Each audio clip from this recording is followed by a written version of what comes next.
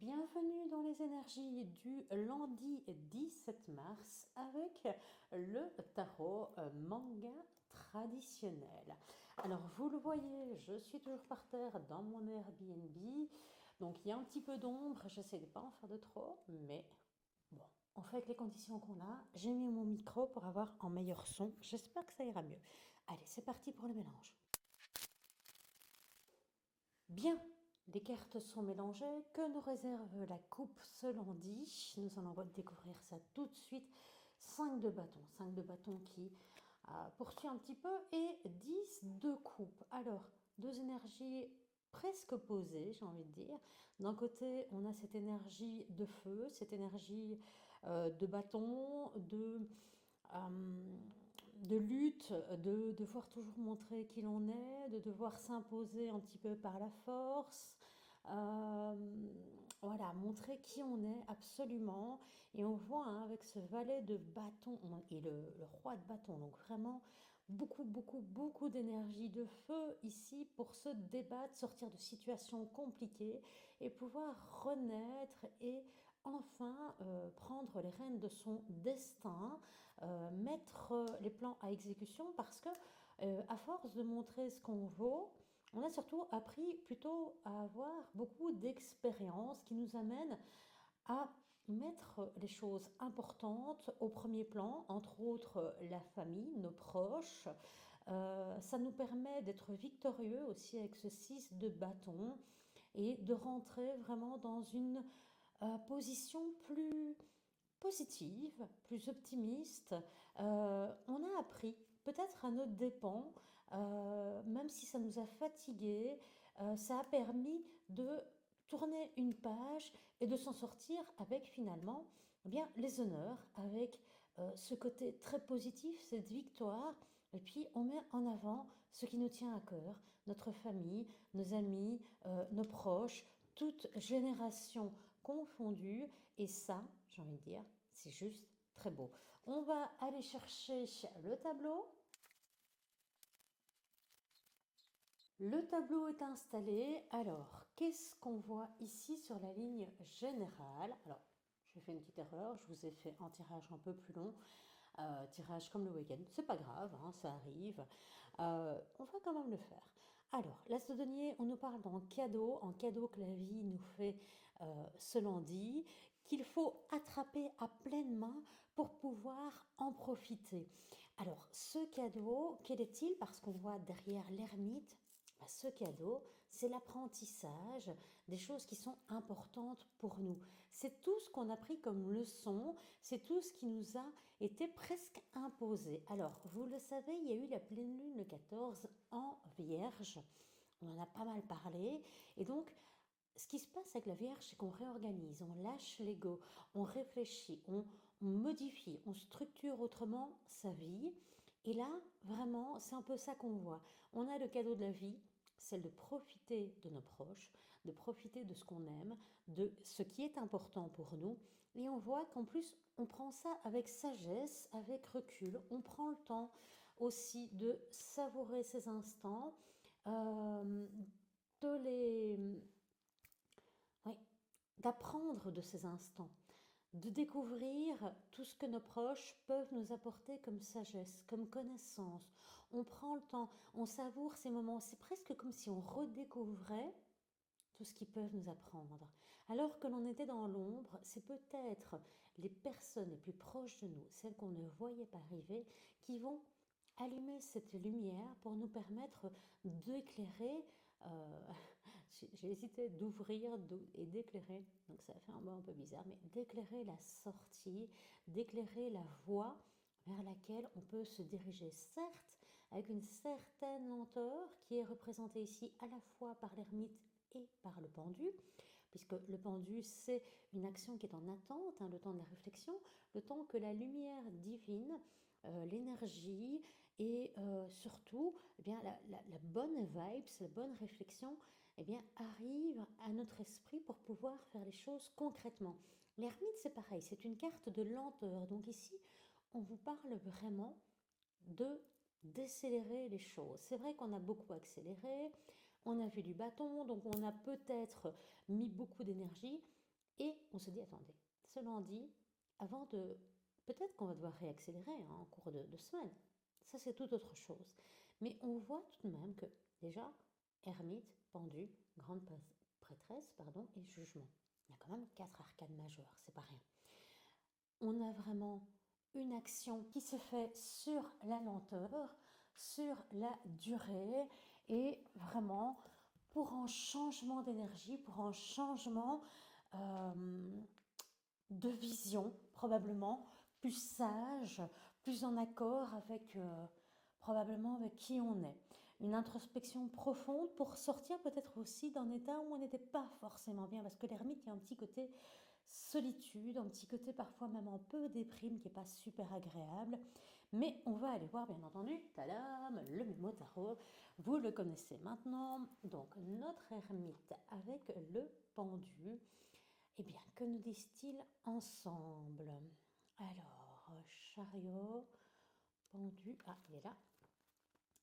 Donc, on parle effectivement, pour le plan affectif, de solitude, de repli sur soi, de frustration affective, dévouement et sacrifice volontaire ou imposé.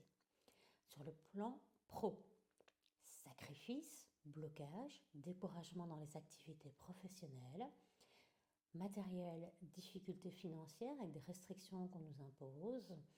Sur la démarche spirituelle, dévouement et bénévolat favorisé, peut-être un peu de lassitude physique ou psychologique. Alors c'est vrai qu'on en avait parlé dans le tirage des énergies du week-end, même si là on vous disait avancez, avancez, avancez, on ne se retourne plus. Là on sent que, bon, on va probablement avancer dans le courant de la semaine, mais ici clairement, lundi, c'est on reçoit le cadeau de la vie, et celui-là, c'est de nous permettre justement, probablement, d'être entouré pour dépasser cette énergie et d'arriver vers cette reine de denier, cette reine de denier qui va mettre l'accent sur la réalisation de nos plans, sur l'avancement, sur la concrétisation, sur l'organisation. Et vraiment, elle va prendre des décisions. Et quand elle va se mettre en action, ce sera des actions qui ne seront pas non plus dans le côté très masculin, trop je bouge, trop je m'impose avec force et vigueur. Non, c'est je m'impose avec souplesse. Je m'impose parce que je suis une reine de denier, parce que je brille, parce que mes idées sont intéressantes, tout simplement. Forcément, on y a pas mal réfléchi hein, ici avant. Donc forcément, quand on va se décider à mettre les choses en place, bien entendu que ça va être quelque chose d'intéressant. Et avec ce 5 de coupe, eh bien, ça arrivera au moment où on va relever la tête, voir que de l'autre côté du pont qui est ici, alors je ne sais pas si on le voit bien, je vais montrer, de l'autre côté du pont qui est ici, il y a un château où nous attendent, eh bien forcément, j'ai envie de dire, des gens, peut-être de l'allégresse, de la joie, des victuailles, en tout cas plus des coupes renversées, les coupes pleines qui sont derrière. Et donc ce sera simplement, ça arrivera au moment où vous releverez la tête, quand vous sortirez de votre grotte et que eh bien, vous sortirez de cet état de pendu. Alors les difficultés à présent que l'on va rencontrer, c'est en 4 de bâton, c'est la stabilité, c'est l'ancrage avec le valet de coupe. Oui, difficulté avec nos émotions à les gérer. Euh, et valet d'épée, oui. Beaucoup en fait d'énergie jeune.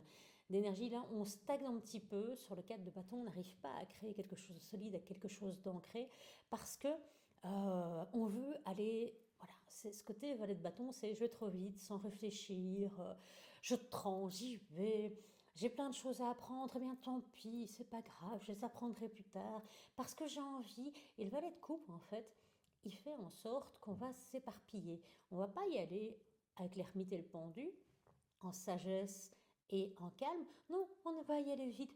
Oh, j'ai envie de te rencontrer. Oh, j'ai envie d'avancer. Oh, j'ai envie de ceci. Oh, j'ai envie de cela. Et finalement, ben, on se concentre sur rien. Ce sont des énergies d'enfance. Ce sont des énergies immatures. Et c'est vraiment ça. L'immaturité va nous empêcher de créer quelque chose de vraiment solide. Et ça, c'est quand même assez problématique puisque, bon, on a on a de l'idée qui est arrivée, qui germe, on prend le temps ici pour la mettre en place. Bah, c'est pas en s'éparpillant qu'on va améliorer les choses. Bien au contraire, regardez, en termes de force, nous avons le jugement. Donc le jugement, c'est prendre acte de ce qui n'a pas été, de ce qui n'a pas fonctionné, et se dire, bah, maintenant, je me relève, je prends note, je comprends ce qui s'est passé, et puis je vais faire en sorte que ça me serve de leçon. Revenons à cette pleine lune, l'introspection, eh bien, c'est la partie où on va ressemer. C'est la partie où on va passer à l'action. Et on le voit avec le 8 de denier, passage à l'action avec l'apprentissage de nouvelles choses ou l'approfondissement de connaissances que l'on a déjà. Alors le 8 de denier, c'est souvent un approfondissement d'ailleurs. On le voit parce qu'il a déjà plusieurs deniers qui sont faits et il continue. Donc il améliore ce qu'il a déjà fait. Il y a déjà des plans. On a vu le roi de denier, ou le roi de bâton, je pense, en coupe. On voit ici une reine de denier.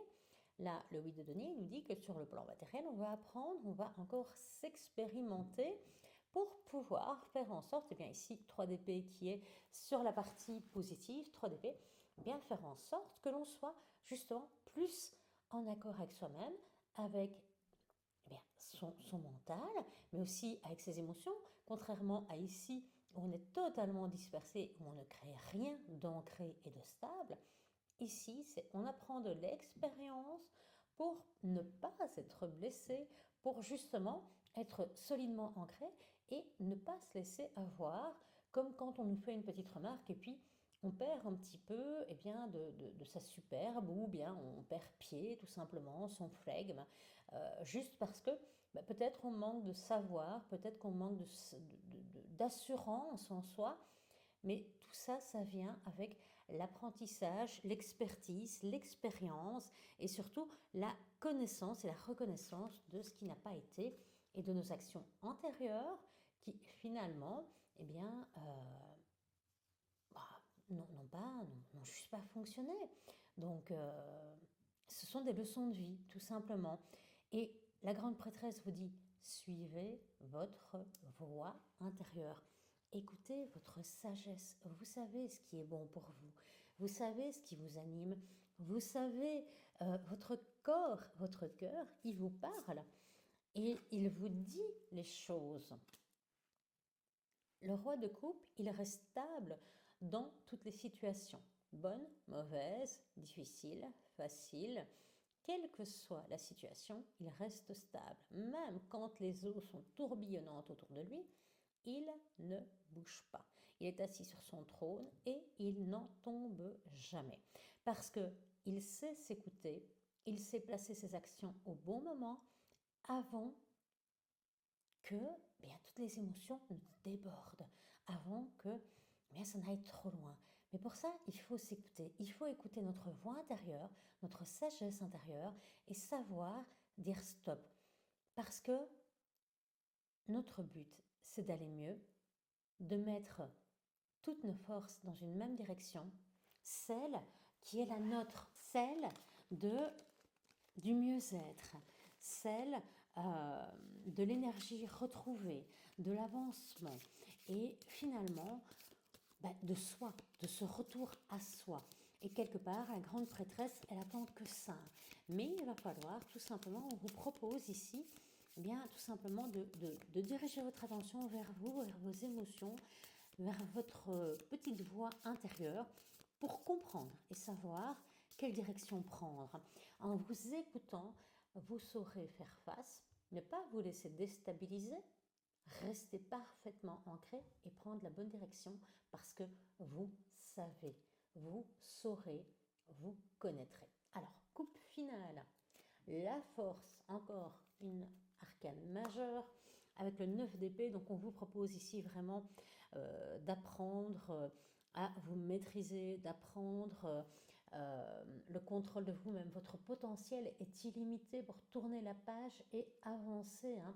Vraiment, ça n'attend plus que vous, quelque part. Euh, Même si vous n'êtes pas encore 100% prêt, il y a encore des choses que vous ruminez. C'est d'ailleurs pour ça que vous aurez besoin de l'ermite et du pendu pour pouvoir avancer au moment opportun. c'est parce que vous avez encore besoin d'apprentissage, vous avez encore besoin de prendre acte de ce qui s'est passé et de le comprendre surtout. Et on le voit avec cette reine de bâton et ce 9 d'épée où eh bien, vous voulez retrouver tout simplement votre superbe, oui, vous voulez retrouver votre place, vous voulez rayonner, vous voulez euh, dompter les situations. Et pour ça, mais vraiment, il faut commencer par apprendre à vous connaître pour mieux comprendre vos réactions et mieux savoir les gérer. C'est-à-dire que l'apprentissage de la force, ça passe par un apprentissage de soi-même. C'est arriver, ici on le voit, regardez ce lion qui est là presque comme un énorme chat dans les bras de cette jeune femme. Euh, on pourrait presque l'entendre ronronner, tellement il a l'air serein et heureux, et elle n'a strictement pas l'air stressée d'avoir un gros lion qui peut la tuer en quelques coups de patte ou de morsure. Non, il y a un lien entre eux qui les unit, entre le primaire et finalement la sagesse, la pureté de cette jeune femme, le côté impétueux et sauvage de la force, et tout ça mis ensemble, quand on arrive à grouper tout, eh bien on arrive à cette infinité de potentiel. Donc voilà pour ce premier jour de la semaine, ce lundi 17. C'est vrai que c'est un tirage un petit peu long, c'est pas habituel pour une semaine, mais voilà, je me suis trompée. Bon, une fois n'est pas coutume, on fera des tirages plus courts pour les autres jours. Alors, je ne sais pas si ce sera un intérieur ou un extérieur, on verra bien. On verra le temps. Et puis, on se dit à demain, 6 heures du matin.